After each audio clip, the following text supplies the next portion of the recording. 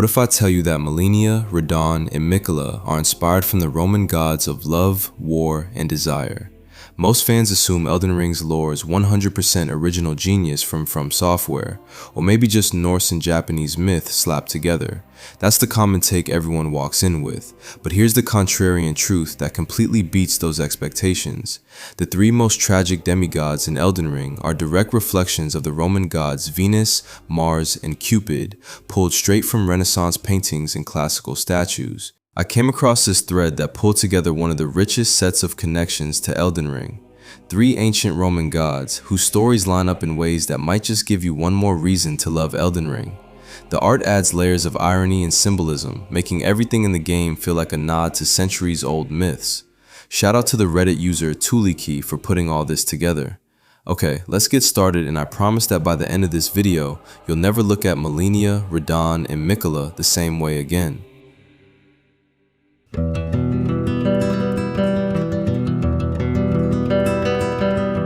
In Roman mythology, Venus, Mars, and Cupid are living gods, with their own stories, passions, and rivalries. Venus stands as the goddess of love, beauty, and fertility. Artists across centuries captured her essence in masterpieces like Sandro Botticelli's The Birth of Venus from 1485, where she emerges from the sea on a scallop shell. She married Vulcan, the god of fire and blacksmiths, a marriage forged more from duty than desire. Vulcan, deformed and forever scarred by his fall from Olympus, worked his forges in isolation, hammering out weapons and wonders while Venus longed for a lover far fiercer. Her eyes turned to the god of war, Mars. Mars is the embodiment of raw military might, his body forged through countless battles. Their affair was a forbidden passion that symbolized love's fleeting power to leash war's fury. From this affair was born Cupid, the god of erotic desire and attraction. He is usually shown as a winged male child carrying a bow and arrows that could pierce any heart, awakening overwhelming passion. Playful yet dangerously powerful, Cupid often appears in these paintings as the mischievous force that binds his parents together or kindles the fire between them. This tangled romance captured the imagination of Renaissance masters, who painted it as both tender and doomed.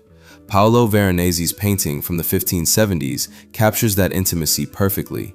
Venus reclines unclothed against the armored Mars, her form soft against his rigid plate, milk streaming from her breast in a gesture of nurturing peace. Cupid hovers nearby, binding their legs with a delicate ribbon, which symbolizes binding the lovers in eternal harmony and hinting at a world without conflict.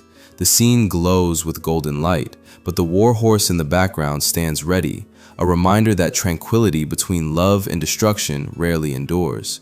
This ancient trio has been painted and sculpted for thousands of years as the perfect symbol of love, war, and desire.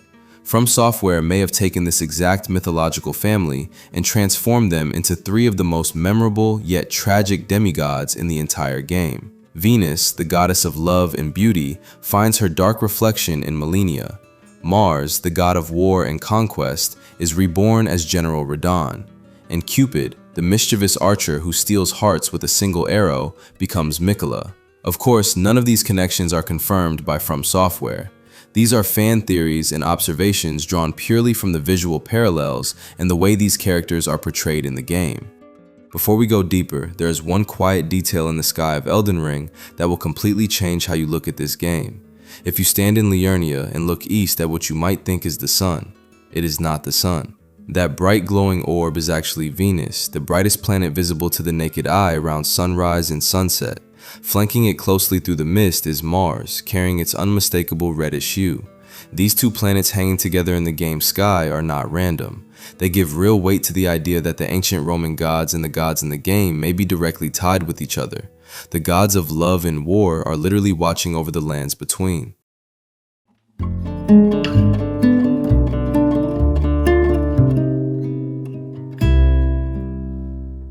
One of the most famous paintings in all of art history is Sandro Botticelli's painting, The Birth of Venus. Venus rises fully formed from the sea, standing on a giant scallop shell. Gentle winds carry her toward the shore while a nymph waits with a flowered cloak to cover her. Her pose is calm and graceful, one hand across her chest, the other resting on her long golden hair that flows like waves around her body. The entire scene speaks of perfect beauty born out of chaos. This is a parallel to Malenia. She bursts upward from a giant scarlet Aeonia flower, her body blooming amid falling petals exactly the way Venus rises from the sea. Her butterfly wings unfold, her red hair cascades down her back, and she stands unclothed with her prosthetic arm gleaming. Both figures represent femininity and renewal, Venus born from the ocean, Malenia emerging from the rot. Even Malenia's signature waterfowl dance seems to draw from the same source. Ancient medallions show Venus draped in flowing water during her birth, and that same cascading motion appears when Malenia spins through the air, her cape trailing behind her like liquid. Then there is the Venus de Milo, the famous statue from the 2nd century BC. The goddess stands armless, with a small pinhole on her side with a missing arm once attached. Malenia mirrors this exactly. Her own missing arm has the same pin-like hole that once held her unalloyed gold needle, the only thing that kept the scarlet rot at bay. Both the statue and Malenia carry the same feeling of incomplete beauty. The connection runs even deeper when we look at the real planet Venus itself. NASA data reveals its thick atmosphere filled with sulfuric acid, a substance so corrosive it can eat through metal. The skies above it are a murky reddish brown that looks almost exactly like the scarlet rot. If this already blew your mind, the next chapter is about to hit even harder.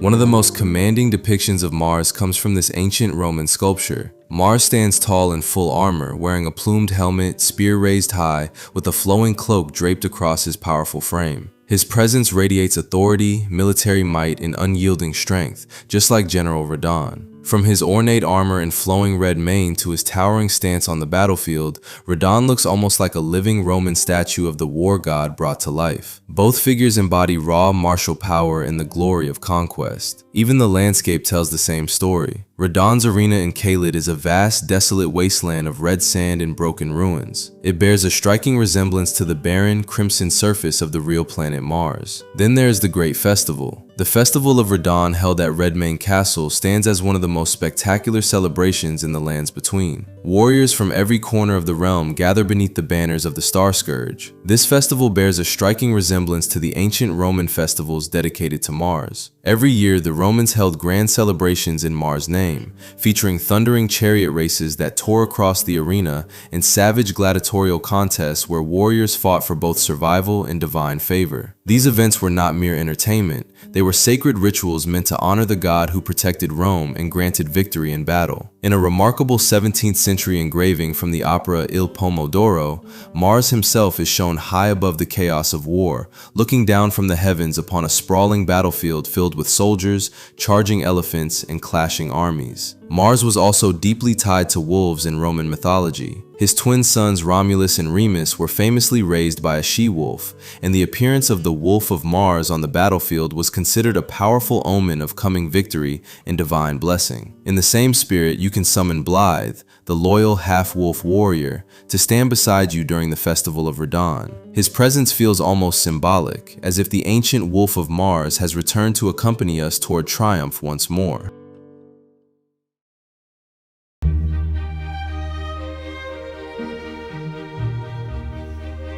Cupid, also known as Eros in Greek myths, is the god of erotic love, desire, and attraction. He is portrayed as an eternally youthful winged boy who possesses the power to make anyone fall madly in love with nothing more than a single arrow.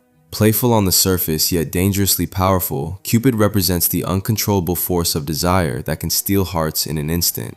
One of the most celebrated depictions of Cupid is this marble statue. Cupid stands completely unclothed, his delicate wings spread behind him, his face locked in intense concentration as he draws back the string of his powerful bow. Every curve of the marble captures both childlike innocence and dangerous seductive power. But painters took it to another level. One of the most iconic and powerful versions is Caravaggio's masterpiece, Amor, Vincit, Omnia, from 1601, Latin for love conquers all.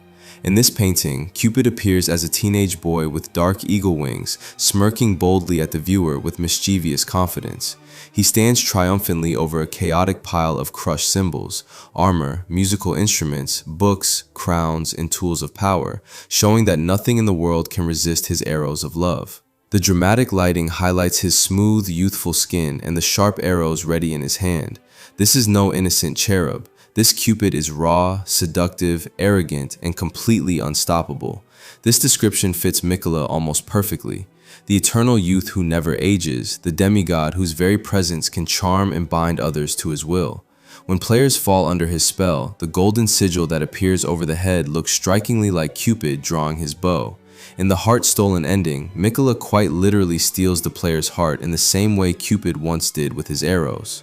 But perhaps the most haunting parallel comes from the ancient myth of Cupid or Eros' birth. Greek stories say Eros came into the world from an egg laid by Nyx, the primordial goddess of the night. In Mogwin Palace, we see Miquella reborn from his own giant egg-like cocoon, emerging beneath the false night sky created by the Nox, another name for the goddess of darkness. This entire setting feels like a deliberate visual echo of the ancient Roman and Greek myths.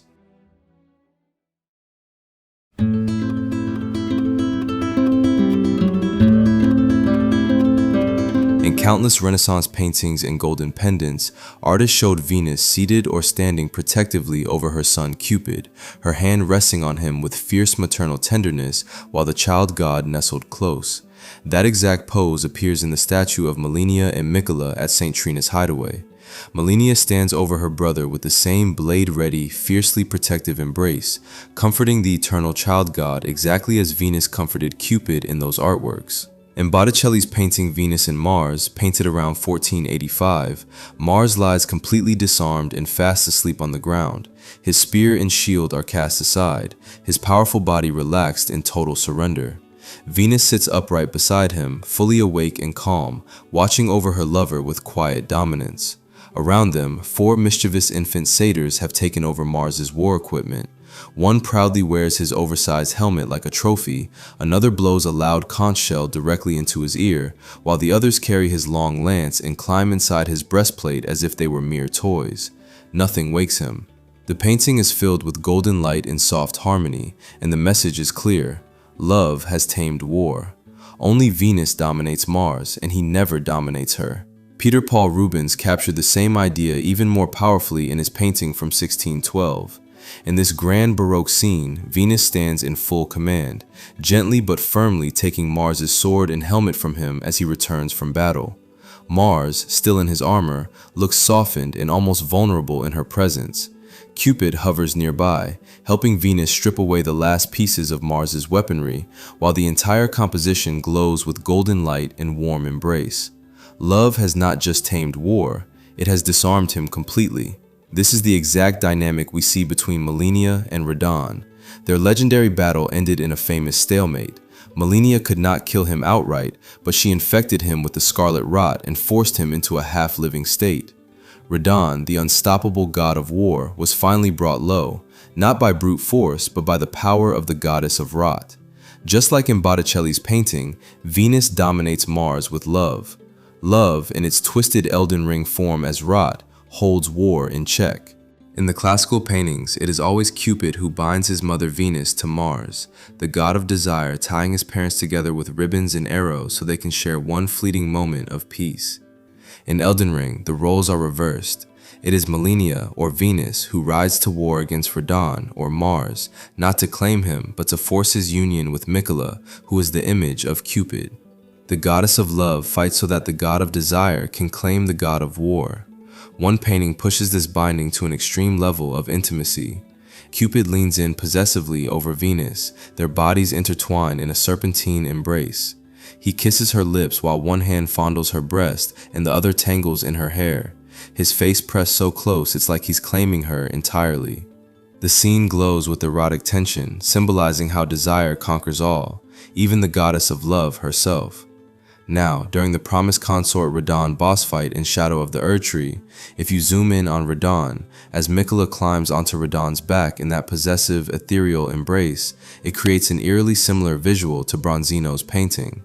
It's as if the god of desire has finally conquered the god of war, twisting the intimate mother-son bond into a dark consort claim.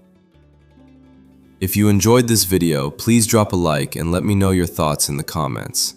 Thank you for watching, and I'll see you in the next one.